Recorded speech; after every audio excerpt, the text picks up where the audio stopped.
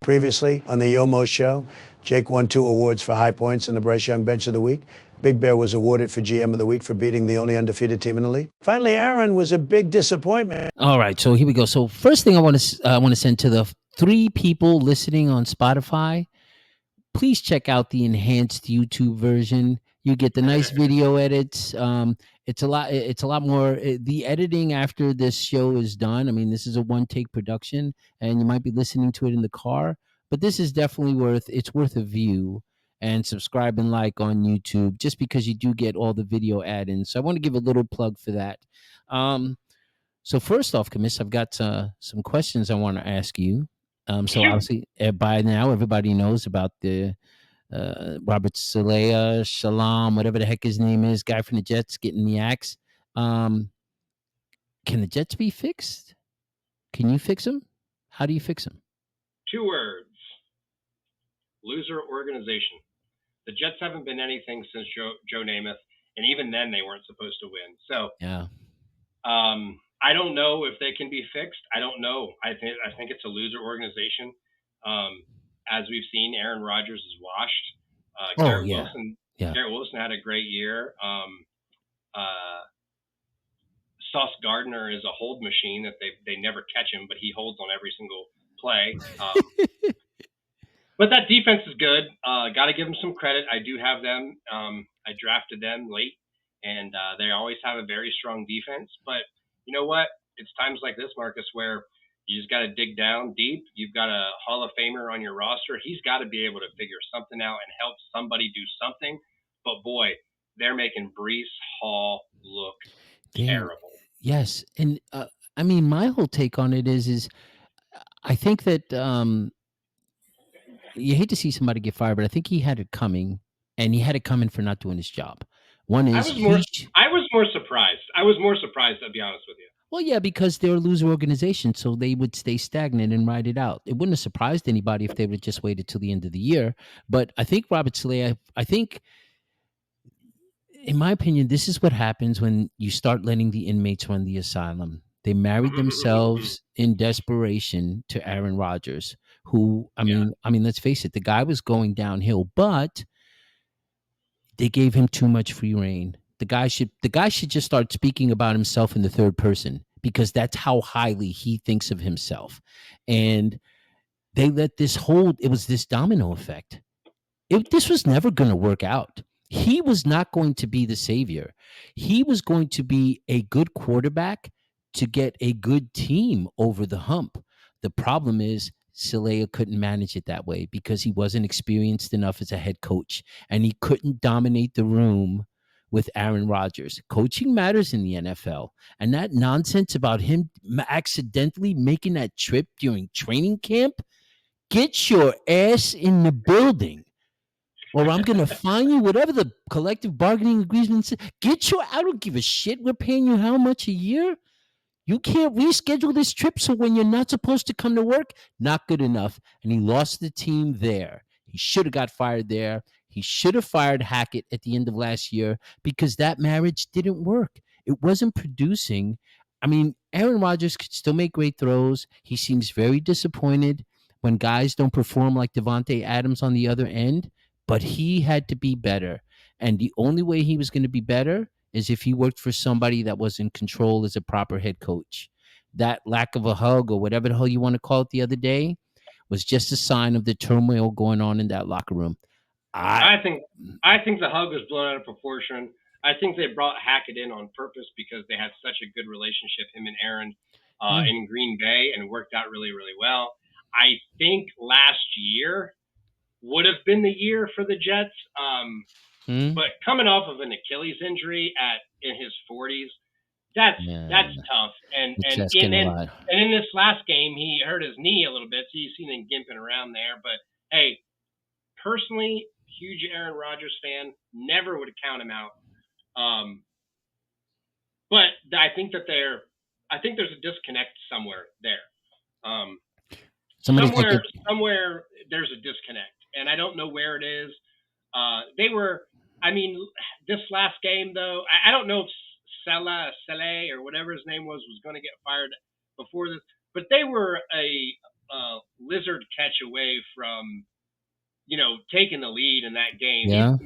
Rodgers threw a absolute beautiful dart back shoulder, and he just dropped it, and that would have given him the lead. When is he going to stop throwing the ball to that guy? He's not Devontae Adams. He's not. Well, he keeps trying to treat him like he is, but he's not. Garrett Wilson can replace Devontae Adams. Alan Lazard can't. They also need one or two guys out there that can take away from Garrett Wilson so he can get open more. But you know what? They have one. His name is Bruce Hall, and they can't focus him on the offense. It's like I don't get it. I'm thinking they like Braylon Allen more than they like Breece Hall, and I love having Braylon Allen on my roster because if Breece goes down at all, Braylon's going to jump right in there. I think he's going to do really, really well for the youngest guy in the NFL. But I don't know. I feel like they're trying too much maybe on the offense. Maybe. And hoping that their defense can keep them in the games. But, after you probably heard after the hug incident, they Saleh said that let's give the defense a 2-touchdown lead. And that's what they did. And I think that hug was blown all out of proportion. You know how ESPN likes to do stuff like that. But just the look on Aaron Rodgers' face when he approached them, I don't know. I'm over the guy. I think he should get over himself. But okay, so maybe they can fix it, maybe they can't. But my advice to that coordinator taking over is, listen, man, you're on what do they call it? You're on an interim basis there. Take control of that locker room and take control of that idiot. And if it means ignoring Woody Johnson's calls and starting Tyrod Taylor to make a point, do it. Well, do it. I'm over this topic, so let's get on to the next one. All right, so that's the first firing. Who gets fired next? I want to say Nick Sirianni. Who disagrees with me? It's hard to disagree with that. I was talking last night about it from a guy who used to be an NFL player. He was in NFL locker rooms, and I said, hey, it's always different in there than it is out there. And he said, well, he said, if the story's out there, it's coming from somewhere. So it's not necessarily made up. As a true Eagles fan, I've heard that the players do like him. Apparently, visually, Jalen Hurts and him don't get along, or at least Jalen doesn't get along with him. Yeah. But, I don't know. I personally like Sirianni. I like his attitude. I think he's got a lot of Philly in him, so I like that. But there's a disconnect in there somewhere that's not working. And I don't know what it is. I don't think the defensive scheme was right. I think Kellen Moore is incredible. Me, personally, somebody that no one's talking about, I would love to bring in Vrabel as the Eagles coach. Absolutely. He would connect with the fan base. Absolutely. And he picks a good coaching staff. Moore, and I hate Ohio State. But I think, from what I understand, players loved him in Tennessee. And they loved playing football for him. He brought a lot of stuff back to the game. But no one's talking about it. Everyone's talking about that old guy that used to coach in New England. And like you said, he's not the answer. So, he's not the answer. So off the top of my head, I would say Nick Sirianni just because he's got so much talent on that roster. And if he can't let go of the reins and let the coordinators coordinate and run the show and him just kind of be there as a rah-rah Mike Tomlin type, then I don't see the leash long for him there. I don't have much hope for the Eagles. I think they have a top 3 talent in their roster, but I think the rest of the mentality there is just not – it's not a winning mentality right now. And a lot of former Eagles are saying the same thing. So I don't know. That would be my guess is Nick Sirianni. I don't really see I don't know if Doug Peterson's on that hot seat after he won, but he would be. I think Peterson might be a close number 2. So yeah, I don't think that's my thought.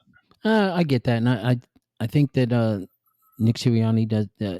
He didn't do a good enough job replacing the good coordinators that he lost that help him get that team. So it's tough because the coordinators matter just as much. You've got to put the right team around you. I could tell you one thing. I think if we would have had Kellen Moore last year and this year, I think it'd be a different story. Defense was the hardest because I think he tried to bring in Gannon's defense wasn't that great. It wasn't that great. Yeah. The guy who was there last year, that defense was horrendous. And everybody praises Vic Fangio, but I don't like his defense. I don't like Bryce Huff they spent all this money on, and he's got 0 stats. 0. He doesn't have a stat line. Yeah, his defenses haven't worked since before he was the head coach in Denver. I mean, it is what it is. I think Jalen Hurts has more tackles than Bryce Huff, and Bryce Huff got paid millions to come over here. So I don't know. I don't have an answer. I'm not in those locker rooms. It's hard for me to tell. Just as a fan, we're all complaining. A lot of people hate Nick. I don't hate him, but maybe time for a change there. If we can't make a turnaround after this bye week, then I don't know what. I could tell you one thing. I could tell you, I don't know who's going to get fired, but I could tell you who's not getting fired, and that's the guy in Cincinnati, because that organization refuses to pay anybody not to work. They would rather go 1-17 or 16, whatever the schedule is, than pay you not to go to work. They don't fire anybody until their contract's up. They just part ways. They did it with Marvin Lewis, and I don't think they're going to do it with him, even though another couple of losses, I think they should. So should they in Cleveland. But he's not getting fired because they won't pay him not to work. That's just what the organization is like. But we'll leave it at that. Okay, so we'll move on. This weekend, I had a chance to sit down and watch some of these games. What's your opinion on the state of broadcasting right now in the NFL? It is horrible. Terrible. Coach, it's a pleasure to be with you guys here on the field from up close, just watching Coach Vance Joseph from here. You watch him now on the screen. This diversity in his background is helping him a lot tonight. Quarterback at Colorado, defensive back in the NFL, and here he is, having the time of his life. I was watching this London game at 9:30, which in theory sounds great. You know, you can get up at 9:30. The game is on. It's an excuse to have a beer if you want an early day drink. I didn't. And then I like Rich Eisen. Barry didn't need that excuse. I like Rich Eisen, but the state of broadcasting is terrible. I'm watching this game, and these guys force feed lines to try to make statements that are. Reggie Miller's looking good. He shoots a 3, and it's good. Later, he gets the rebound, passes it to the man, shoots it, and boom goes the dynamite. Notable. I'm watching this game, and I think Aaron Rodgers got hit, and he says, and his knee was bent in an unnatural way. Who says that? How insulting is that to me as a proper fan? It's terrible. I don't know if it's these network executives that are telling them what they should and shouldn't say, but I mean, it's how they say it. The NFL has the worst broadcasters. Absolutely. There's they're terrible. And I will say that one of the guys he does I think it's CBS he works for. He actually is the Phillies play-by-play guy ever since Harry Callis died. And he does some NFL games, and he's actually pretty good, but they don't have him on the main broadcast because, of course, not a big enough name.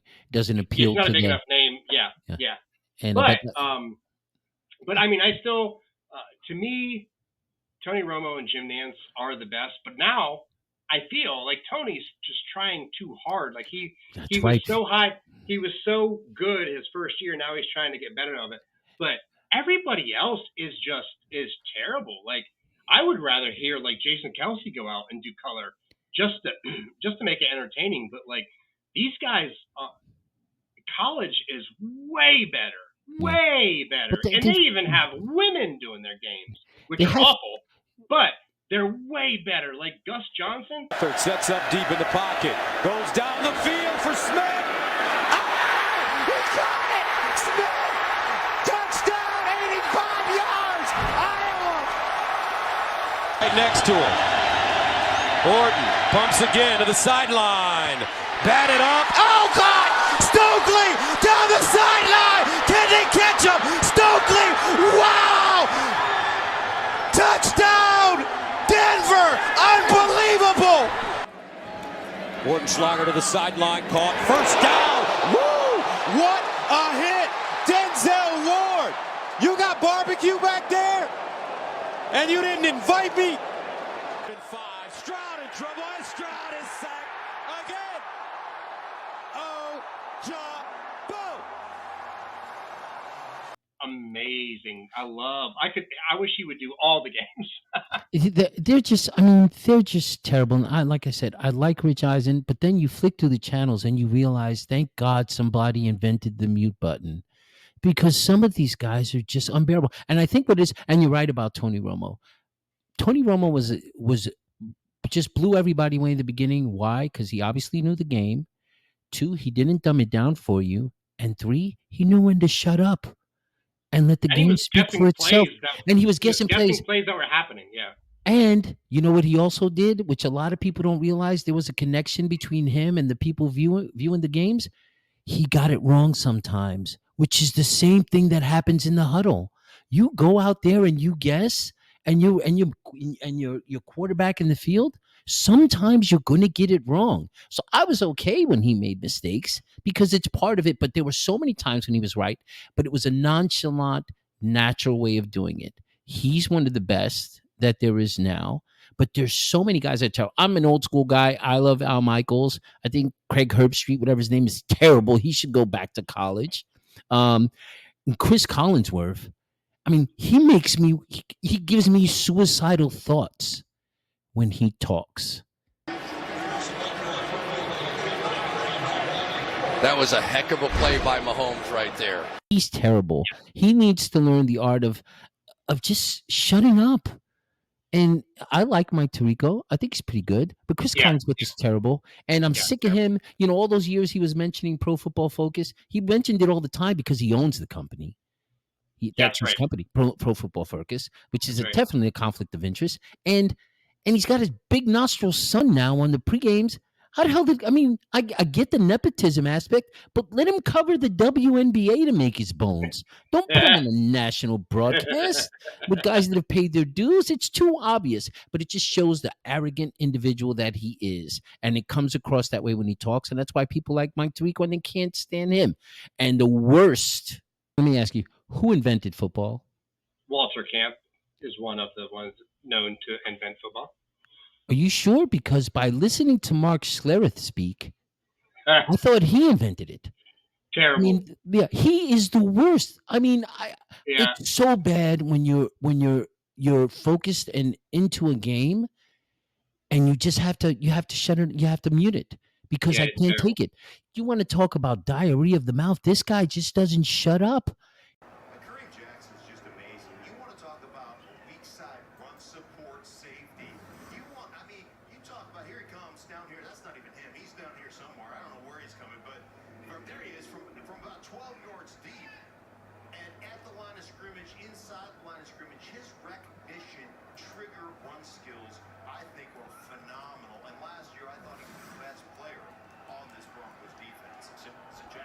And who cares? And he explains the most basic thing. It's like listening to somebody tell you over and over again how to tie your shoelaces. It's painful.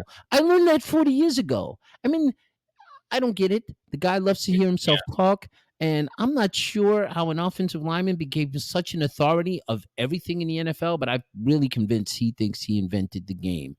Yeah, it's terrible. He's bad. And I don't think we could talk about the state of broadcasting without talking about how bad Tom Brady is. Yeah, he's terrible. With this type of pressure, talked about this with some of these young offensive linemen. Tomlinson just gets by Martin. Nothing the quarterback can do when you're standing there and they get to the middle of the pocket. Gosh, and so I watched him for the first time. First off, he looks weird. They shouldn't even put him on camera. And he should stop with the Botox or whatever the hell it is that he's doing. But over and over again, his catchphrase is, well, what I would have liked to have seen was, are you kidding me? First off, the game doesn't revolve around you anymore, Tom. You've got to showcase what's going on the field to the people that are still playing. I give him credit. The guy's the GOAT. For years, I held out and just thought I wouldn't let Joe Montana go, but I had no choice. The guy is the GOAT, but he is not good at broadcasting games. And some advice I would like to give to him is, one, all of these networks suck because football used to be about appeasing the guys who drank beer, had their booze during the game, and then it evolved into ED pills and all this. And now all they want to do is appeal to the hard seltzer drinking crowd. And the reality is, yeah, we got a fantasy football league. And yes, it's not the only reason why we love the NFL. But for that hard seltzer drinking crowd, that's the only reason they watch.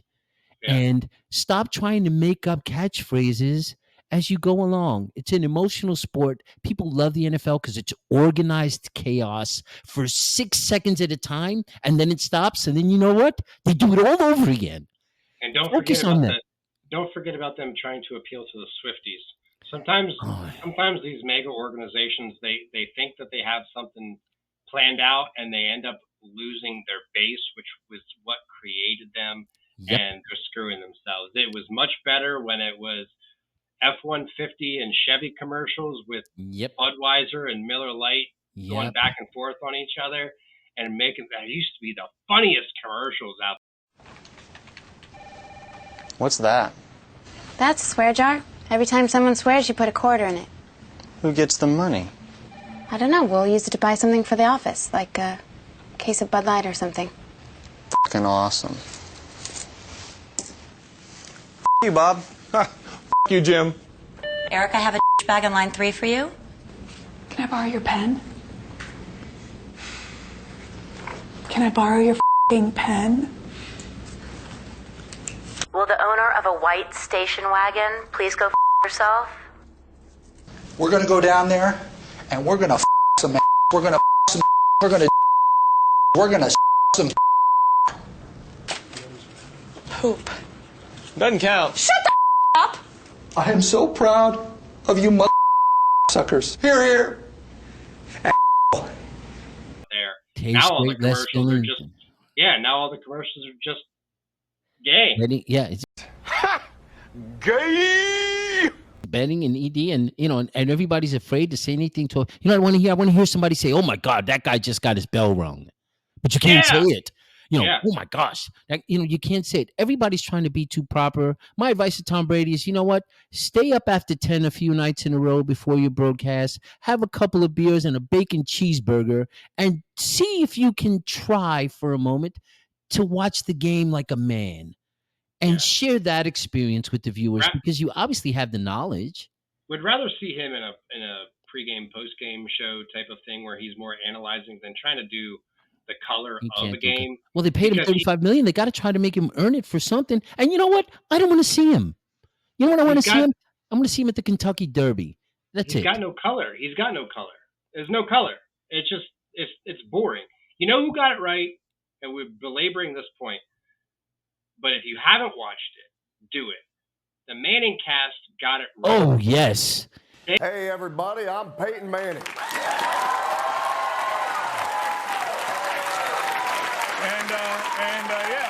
And I'm Eli Manning, his brother. Yeah, I think they know we're brothers because of the same last name. They are more entertaining to watch a game than to listen to these guys do it because, hey, guys who are watching football, they know football. Yeah, right. Absolutely. We want the excitement of the game. We like the excitement of the other people watching the game. Right. That's what makes it awesome. And that's what I love about the Manning cast. Yes, is that, you are 100% right.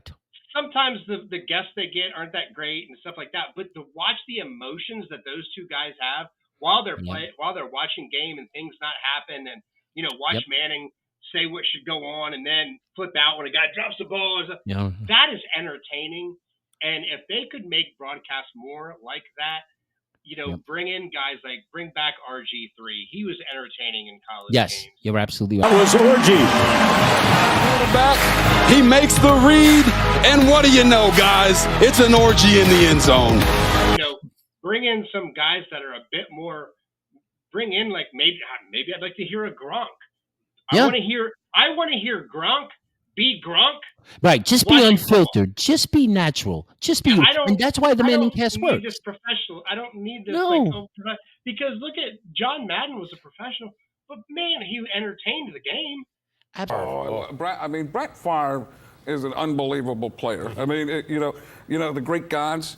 He's one step above that. I mean, really. If you could clone Brett Favre and put him in all the positions on the field, and then you played against another team of clone Brett Favres, right. I think the universe would explode. I think my head's going to explode just trying to think about that. Nothing. I'm okay. I thought something was going to happen there, but then I just kept it in. You can take. That's what happened. Anytime you think about Brett Favre, just things start to happen, and things start to move inside, and you want to get up and dance or something like that, and you hold it back and realize, there's no real reason to dance. Absolutely. Even if he had some weird made-up words, but you felt the emotion of what was going on the field in a sincere sense. And that's what you don't get from these guys that are trying to manufacture emotions while they're watching the game. And that's why the Manning cast works. It's just a couple of guys who know the game watching football. And that's why it works. And the NFL should give us an option. They should have the hard seltzer drinking broadcast and then the real man broadcast. Give me that one. And I don't care what the guy looks like. I don't care what he sounds like. I care about what he says and how he says it. It's just I don't know. These games should be broadcast like WWE announcers. That's how the game should be. Absolutely. I like that. That's a good suggestion. Hopefully the NFL's listening. Somebody's got to do it. But this false manufactured way of broadcasting games to try to mimic and appeal to a certain demographic, it's just a turn off for me. Boring. I can't take it anymore. We want to hear the emotion of the game. We want to hear the excitement of the game. We don't need to be dumbed down to about the game. Yeah, I agree. I agree. All right. Well, I think I've beat that point to death. Everybody knows, and I'm very grateful for the existence of the mute button. And then you got anything else before we sign out? Do I? I don't know. I don't think I do. All right, well, good. So then we're going to sign off then. But I do want to leave with a quote I saw on a T-shirt the other day. One of my favorite quotes in the world. Say the quote, but I got to do the previews for next week. Oh, shoot. Okay. All right. So I'll save the quote for the end. Okay. So go ahead. Do the previews. Real quick preview of next week, week 6 coming up. First matchup we've got is the commissioner gets to play the Crimson Yuletide upsets. And with A.J. Brown back, could be interesting. He's got me by 10 points or 11 points in the projections right now. I think I pull it out though. I think I do. I'm confident in my team. Kyron Williams, my lead running back, is on a bye, but I think guys will pick it up. Oh, Mad Scientist and flip-flops. I'll tell you what. I think it's going to go in the wrong direction for flip-flops. He's projected to win. I'm calling the Mad Scientist on this one. Oh, okay. Also, this could be another one. Grass, our favorite Mixon. He plays Slumdog Millionaire this week, and could it be the second loss in a row? I like it. That would be awesome. I think Grass pulls it out. I'm calling it. Go for it.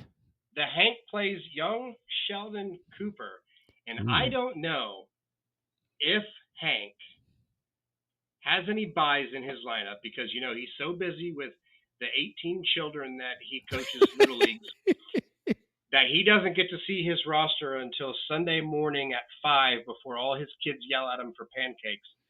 So he's only projected for 112. Young Sheldon 139. I think Hank's streak continues. I think young Sheldon goes to a very weak 4-2, but I think he pulls it out. Matchup of the week. Hey, A-Rob! You're playing the bad guy. Oh, yeah, that's right. I'm not offering any insight on my game. No insight, no nothing. You can't call it. You're getting paid for this game. So I think bad guy pulls it out. I think that's going to drop Aaron down to 2-4, and he get out the baby oil, Aaron, because I think it's another time for you to go down. Ooh. And then finally, Apex Untouchables. He's taken on Jake's in charge now. And after his strong 160 performance, we're going to see if Joe Burrow and Daniel Jones continue their up streak. Apex Untouchables is only projected for 114. I got to believe there's a buy in there. He's only got 7 guys in the roster. We'll see what happens. I think he stays untouchable for another week. I think he squeaks one out over Jake. And that is your week 6 predictions. Marcus. All right. Quote of the day. All right. First, before the quote of the day, this is gonna. I love Scarface, one of my favorite movies. Obviously, everybody knows. But keep in mind when I'm talking, I always tell the truth, even when I lie. You need people like me.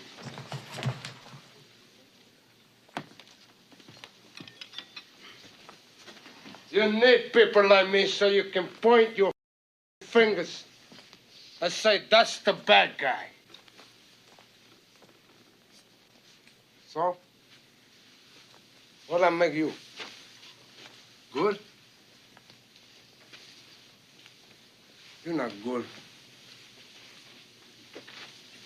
You just know how to hide, how to lie. Me, I don't have that problem. Me, I always tell the truth, even when I lie.